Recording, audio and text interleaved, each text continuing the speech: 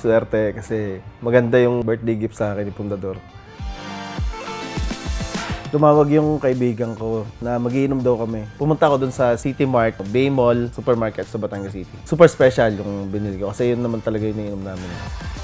Nung magiinom kami ng mga kaibigan ko, tinitignan ko yung bawat cup. Unang cup wala, sa padalawa doon ko nakita yung ano. So ang ginawa ko, tinago ko yung cup, hindi ko sinasabi sa dalawa kong kainuman.